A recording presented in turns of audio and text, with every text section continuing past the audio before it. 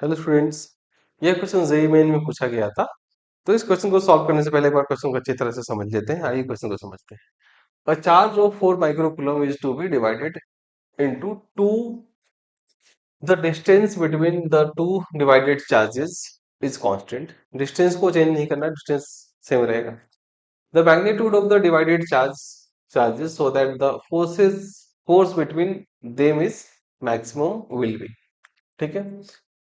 एक 4 कूलम का चार्ज,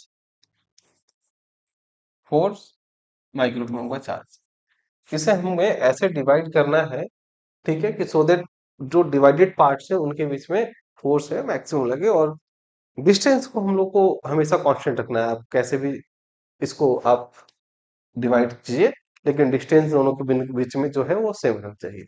ठीक है। तो ये क्वेश्चन बहुत बार जेईई में पूछा गया है। तो इसका जो डायरेक्ट रिजल्ट है वो रिजल्ट ये है कि चार्जेस को इक्वल पार्ट्स में डिवाइड करना होता है। लेकिन हम लोग पता कैसे करते हैं? इक्वल पार्ट्स में डिवाइड करना होता है तो कैसे इक्वल पार्ट्स में डिवाइड करेंगे? ये 4 माइक्रोकूलम से अगर इक्वल पार्ट में डिवाइड करते हैं, 2 माइक्रोकूलम प्लस 2 माइक्रोकूलम में रखना होगा। ठीक है। तो जो करेक्ट आंसर है वो कौन सा करेक्ट आंसर है? बी। बट अगर ये आपको समझना है कि ऐसा ऐसा ही क्यों होता है, तो यहाँ ये समझते हैं कि ऐसा कैसे होता है। सो लेट एक चार्ज है यहाँ, देखिए Q1, और इसे एक दूसरे पार्ट में Q2 में हमको डिवाइड किए।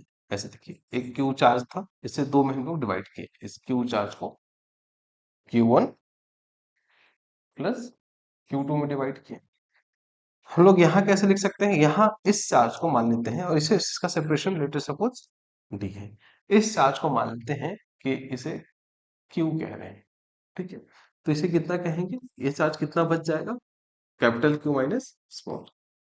ठीक है। इनके बीच में जो फोर्स है वो कैसे लिखेंगे? K इंटू यहाँ Q1 Q2 divide by R square. यहाँ डी को आर कह रहे हैं। ठीक है। के Q1 की जगह पे कितना रखना है? Capital Q minus small Q into small Q divide by R square. अब ये जो फोर्स है, ये कैपिटल क्यू तो कांस्टेंट है, उसे तो कुछ नहीं कर सकते। जो स्मॉल क्यू इसे चेंज किया जा सकता है। ये फोर्स किसका फंक्शन होगी? स्मॉल।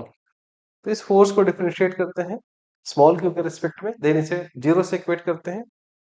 जो क्यू के वैल्यू आएगा उस क्यू के वैल्यू को हम लोग पुट करेंगे इस वाले फोर्स वाले में, तो मैक्सिमम वैल्यू देगा। मैक्सिमम भी दे सकता है और मिनिमम भी दे सकता है, वो डबल डिफरेंशिएट करके चेक करना पड़ता है, बट यहाँ चेक करने की जरूरत नहीं है। जो वैल्यू आएगा वो, अगर क्वेश्चन में मैक्सिमम वैल्यू पूछा तो मैक्सिमम भी देगा, और मिनिमम पूछेगा तो मिनिमम भी देगा। इन जनरल ऐसा होता है, ऐसा कोई रूल नहीं है। क्वेश्चन में जो पूछा है वही आएगा। इन जनरल ऐसा ही होगा क्लास 11 12 के लेवल पे। आइए, तो इस फोर्स को डिफरेंशिएट करते हैं स्मॉल क्यू के टर्म, है ना, और इसे जीरो से इक्वेट करते हैं। तो जो फोर्स है, फोर्स की वैल्यू, जो फोर्स का फंक्शन है उसे लिखिए K capital Q minus small Q divide by R square equal to zero.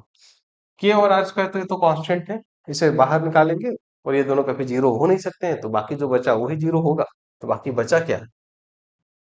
Differentiation of Q minus Q equal to zero लिखेंगे हम लोग। ठीक है। इसे हम लोग मल्टीप्लाई करके लिखेंगे तो ये कितना हो जाएगा?